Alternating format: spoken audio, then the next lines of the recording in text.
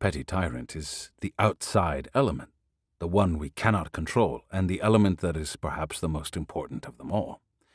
My benefactor used to say that the warrior who stumbles on a petty tyrant is a lucky one. He meant that you're fortunate if you come upon one in your path, because if you don't, you have to go out and look for one. He explained that one of the greatest accomplishments of the seers of the conquest was a construct he called the three-phase progression. By understanding the nature of man, they were able to reach the incontestable conclusion that if seers can hold their own in facing petty tyrants, they can certainly face the unknown with impunity. And then they can even stand the presence of the unknowable.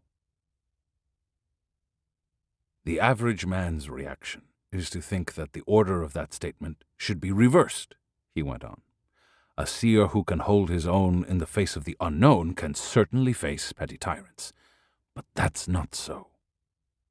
What destroyed the superb seers of ancient times was that assumption. We know better now. We know that nothing can temper the spirit of a warrior as much as the challenge of dealing with impossible people in positions of power. Only under those conditions can warriors acquire the sobriety and serenity to stand the pressure of the unknowable. I vociferously disagreed with him. I told him that, in my opinion, tyrants can only render their victims helpless or make them as brutal as they themselves are. I pointed out that countless studies had been done on the effects of physical and psychological torture on such victims. The difference isn't something you just said, he retorted. They are victims, not warriors. Once I felt just as you do. I'll tell you what made me change. But first, let's go back again to what I said about the conquest. The seers of that time couldn't have found a better ground. The Spaniards were the petty tyrants who tested the seers' skills to their limit. After dealing with the conquerors, the seers were capable of facing anything. They were the lucky ones. At that time, there were petty tyrants everywhere.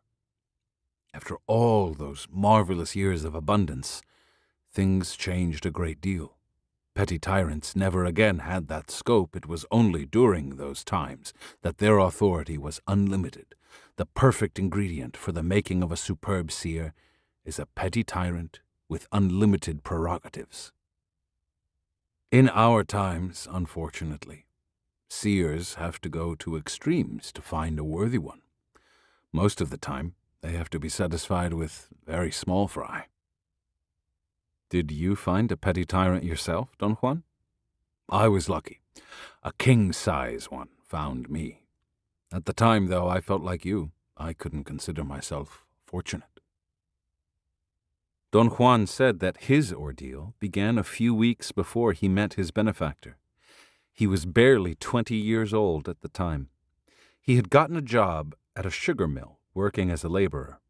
He had always been very strong, so it was easy for him to get jobs that required muscle. One day when he was moving some heavy sacks of sugar, a woman came by. She was very well dressed and seemed to be a woman of means. She was perhaps in her 50s, Don Juan said, and very domineering. She looked at Don Juan and then spoke to the foreman and left. Don Juan was then approached by the foreman, who told him that for a fee, he would recommend him for a job in the boss's house. Don Juan told the man that he had no money.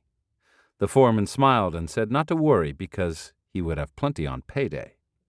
He patted Don Juan's back and assured him it was a great honor to work for the boss. Don Juan said that, being a lowly, ignorant Indian living hand-to-mouth, not only did he believe every word, he thought a good fairy had touched him. He promised to pay the foreman anything he wished. The foreman named a large sum, which had to be paid in installments. Immediately thereafter, the foreman himself took Don Juan to the house, which was quite a distance from the town, and left him there with another foreman, a huge, somber, ugly man, who asked a lot of questions. He wanted to know about Don Juan's family. Don Juan answered that he didn't have any. The man was so pleased that he even smiled through his rotten teeth. He promised Don Juan that they would pay him plenty and that he would even be in a position to save money because he didn't have to spend any, for he was going to live and eat in the house. The way the man laughed was terrifying. Don Juan knew that he had to escape immediately. He ran for the gate, but the man cut in front of him with a revolver in his hand. He cocked it and rammed it into Don Juan's stomach. "You're here to work yourself to the bone," he said, "and don't you forget it." He shoved Don Juan around with a billy club. Then he took him to the side of the house, and after observing that he worked his men every day from sunrise to sunset without a break, he put Don Juan to work digging out 2 enormous tree stumps. He also told Don Juan that if he ever tried to escape or went to the authorities, he would shoot him dead, and that if Don Juan should ever get away, he would swear in court that Don Juan had tried to murder the boss. "You'll work here until you die," he said. "Another Indian will get your job then, just as you're taking a dead Indian's place." Don Juan said that the house looked like a fortress, with armed men with machetes everywhere. So he got busy working and tried not to think about his predicament. At the end of the day, the man came back and kicked him all the way to the kitchen because he didn't like the defiant look in Don Juan's eyes. He threatened to cut the tendons of Don Juan's arms if he didn't obey him. In the kitchen, an old woman brought food, but Don Juan was so upset and afraid that he couldn't eat. The old woman advised him to eat as much as he could. He had to be strong, she said, because his work would never end. She warned him that the man who had held his job had died just a day earlier. He was too weak to work and had fallen from a second-story window. Don Juan said that he worked at the boss's place for 3 weeks and that the man bullied him every moment of every day. He made him work under the most dangerous conditions, doing the heaviest work imaginable, under the constant threat of his knife, gun, or billy club. He sent him daily to the stables to clean the stalls while the nervous stallions were in them. At the beginning of every day, Don Juan thought it would be his last one on earth, and surviving meant only that he had to go through the same hell again the next day. What precipitated the end was Don Juan's request to have some time off. The pretext was that he needed to go to town to pay the foreman of the sugar mill the money that he owed him. The other foreman retorted that Don Juan could not stop working, not even for a minute, because he was in debt up to his ears just for the privilege of working there. Don Juan knew that he was done for. He understood the man's maneuvers. Both he and the other foreman were in cahoots to get lowly Indians from the mill, work them to death, and divide their salaries. That realization angered him so intensely that he ran through the kitchen screaming and got inside the main house. The foreman and the other workers were caught totally by surprise. He ran out the front door and almost got away, but the foreman caught up with him on the road and shot him in the chest. He left him for dead. Don Juan said that it was not his destiny to die. His benefactor found him there and tended him until he got well. "When I told my benefactor the whole story," Don Juan said, "he could hardly contain his excitement. 'That foreman is really a prize,' my benefactor said. 'He is too good to be wasted. Someday you must go back to that house.' He raved about my luck in finding a 1 in a million petty tyrant with almost unlimited power. I thought the old man was nuts. It was years before I fully understood what he was talking about." "That is one of the most horrible stories I have ever heard," I said. "Did you really go back to that house?" "I certainly did, 3 years later. My benefactor was right. A petty tyrant like that one was 1 in a million and couldn't be wasted." "How did you manage to go back?" My benefactor developed a strategy using the 4 attributes of warriorship: control, discipline, forbearance, and timing. Don Juan said that his benefactor, in explaining to him what he had to do to profit from facing that ogre of a man, also told him what the new seers considered to be the 4 steps on the path of knowledge. The first step is the decision to become apprentices. After the apprentices change their views about themselves and the world, they take the second step and become warriors, which is to say, beings capable of the utmost discipline and control over themselves. The third step, after acquiring forbearance and timing, is to become men of knowledge. When men of knowledge learn to see, they have taken the 4th step and have become seers. His benefactor stressed the fact that Don Juan had been on the path of knowledge long enough to have acquired a minimum of the first 2 attributes, control and discipline. Don Juan emphasized that both of these attributes refer to an inner state. A warrior is self-oriented, not in a selfish way, but in the sense of a total and continuous examination of the self. At that time, I was barred from the other 2 attributes, Don Juan went on. Forbearance and timing are not quite an inner state. They are in the domain of the man of knowledge. My benefactor showed them to me through his strategy. Does this mean that you couldn't have faced the petty tyrant by yourself? I asked. I'm sure that I could have done it myself, although I have always doubted that I would have carried it off with flair and joyfulness. My benefactor was simply enjoying the encounter by directing it. The idea of using a petty tyrant is not only for perfecting the warrior's spirit, but also for enjoyment and happiness. How could anyone enjoy the monster you described? He was nothing in comparison to the real monsters that the new seers faced during the conquest. By all indications, those seers enjoyed themselves blue dealing with them. They proved that even the worst tyrants can bring delight, provided, of course, that one is a warrior. Don Juan explained that the mistake average men make in confronting petty tyrants is not to have a strategy to fall back on.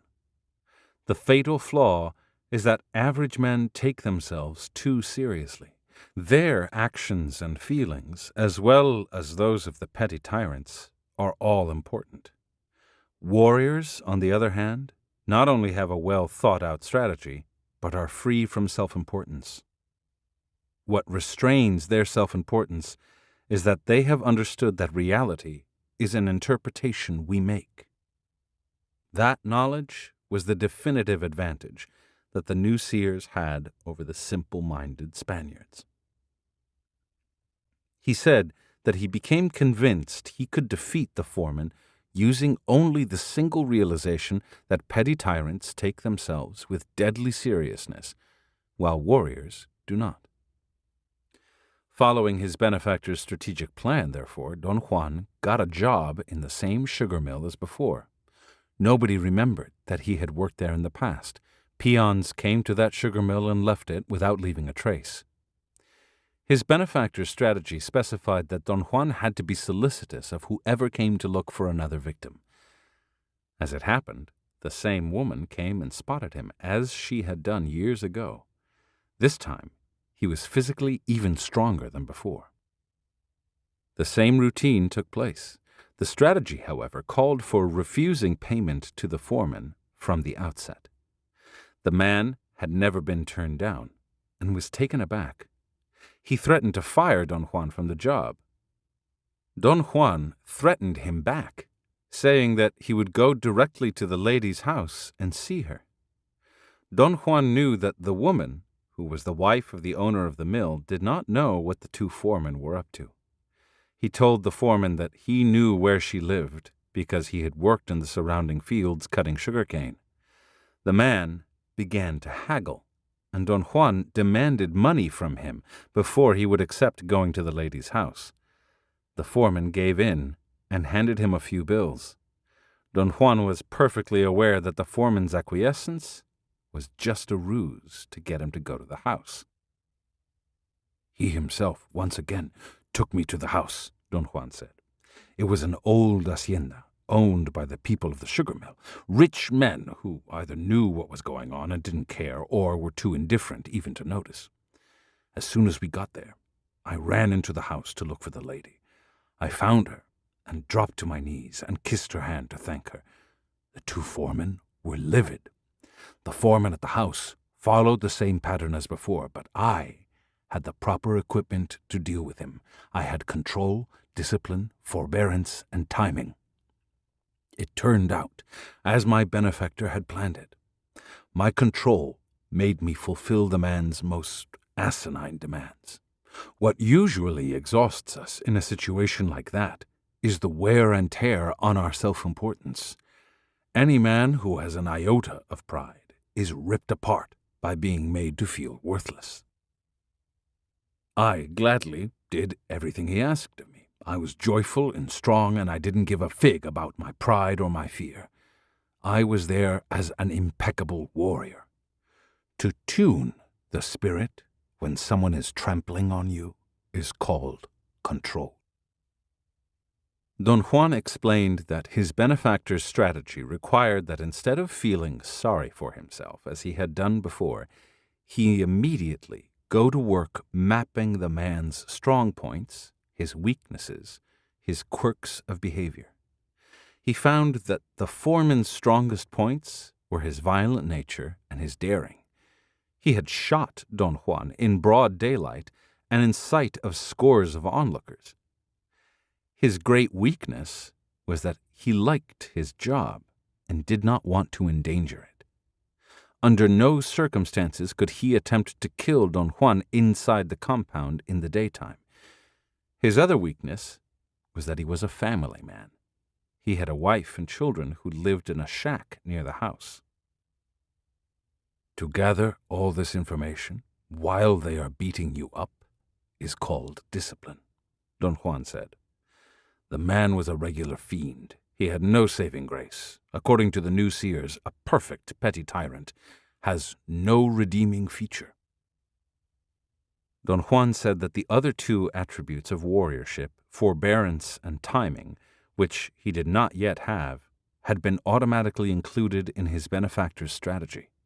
Forbearance is to wait patiently, no rush, no anxiety, a simple, joyful holding back of what is due.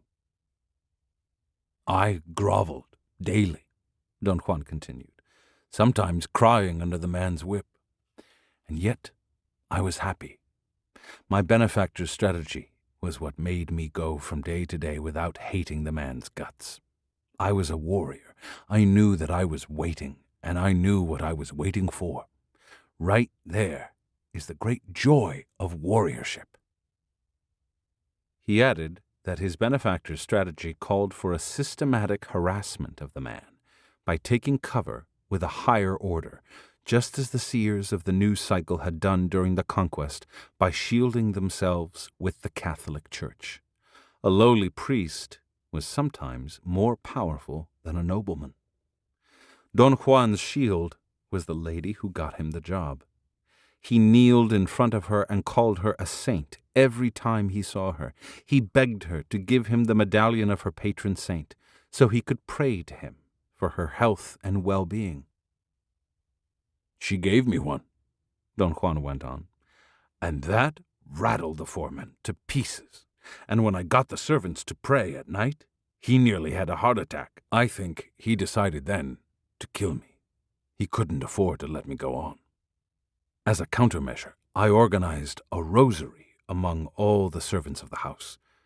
The lady thought I had the makings of a most pious man. I didn't sleep soundly after that, nor did I sleep in my bed. I climbed to the roof every night.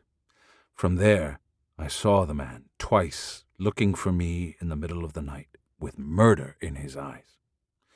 Daily, he shoved me into the stallion stalls, hoping that I would be crushed to death. But I had a plank of heavy boards that I braced against one of the corners and protected myself behind it. The man never knew because he was nauseated by the horses, another of his weaknesses, the deadliest of all, as things turned out.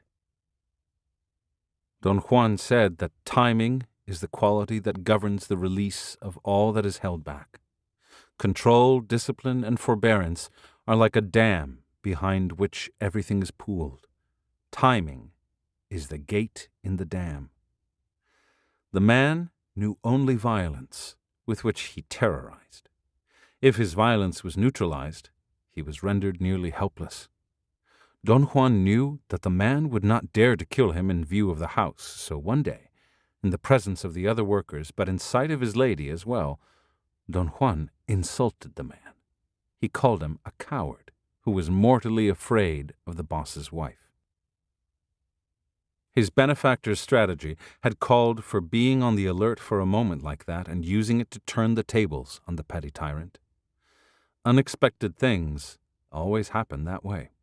The lowest of the slaves suddenly makes fun of the tyrant, taunts him, makes him feel ridiculous in front of significant witnesses, and then rushes away without giving the tyrant time to retaliate. A moment later, the man went crazy with rage, but I was already solicitously kneeling in front of the lady. He continued. Don Juan said that when the lady went inside the house, the man and his friends called him to the back, allegedly to do some work. The man was very pale, white with anger. From the sound of his voice, Don Juan knew what the man was really planning to do. Don Juan pretended to acquiesce, but instead of heading for the back, he ran for the stables. He trusted that the horses would make such a racket the owners would come out to see what was wrong. He knew that the man would not dare shoot him. That would have been too noisy, and the man's fear of endangering his job was too overpowering. Don Juan also knew that the man would not go where the horses were, that is, unless he had been pushed beyond his endurance. I jumped inside the stall of the wildest stallion, Don Juan said, and the petty tyrant, blinded by rage, took out his knife and jumped in after me. I went instantly behind my planks. The horse kicked him once, and it was all over. I had spent 6 months in that house, and in that period of time, I had exercised the 4 attributes of warriorship. Thanks to them, I had succeeded. Not once had I felt sorry for myself or wept in impotence. I had been joyful and serene. My control and discipline were as keen as they'd ever been, and I had had a first-hand view of what forbearance and timing did for impeccable warriors, and I had not once wished the man to die. My benefactor explained something very interesting. Forbearance means holding back with the spirit something that the warrior knows is rightfully due. It doesn't mean that the warrior goes around plotting to do anybody mischief or planning to settle past scores. Forbearance is something independent. As long as the warrior has control, discipline, and timing, forbearance assures giving whatever is due to whoever deserves it. Do petty tyrants sometimes win and destroy the warrior facing them? I asked. Of course. There was a time when warriors died like flies at the beginning of the conquest. Their ranks were decimated. The petty tyrants could put anyone to death simply acting on a whim. Under that kind of pressure, seers reached sublime states. Don Juan said that was the time when the surviving seers had to exert themselves to the limit to find new ways. The new seers used petty tyrants, Don Juan said, staring at me fixedly, not only to get rid of their self-importance, but to accomplish the very sophisticated maneuver of moving themselves out of this world. You'll understand that maneuver as we keep on discussing the mastery of awareness. I explained to Don Juan that what I had wanted to know was whether, in the present, in our times, the petty tyrants he had called small fry could ever defeat a warrior. All the time, he replied. The consequences aren't as dire as those in the remote past. Today it goes without saying that warriors always have a chance to recuperate or to retrieve and come back later. But there is another side to this problem. To be defeated by a small fry petty tyrant is not deadly, but devastating. The degree of mortality, in a figurative sense, is almost as high. By that I mean that warriors who succumb to a small fry petty tyrant are obliterated by their own sense of failure and unworthiness. That spells high mortality to me. How do you measure defeat? Anyone who joins the petty tyrant is defeated. To act in anger, without control and discipline, to have no forbearance, is to be defeated. What happens after warriors are defeated? They either regroup themselves, or they abandon the quest for knowledge and join the ranks of the petty tyrants for life.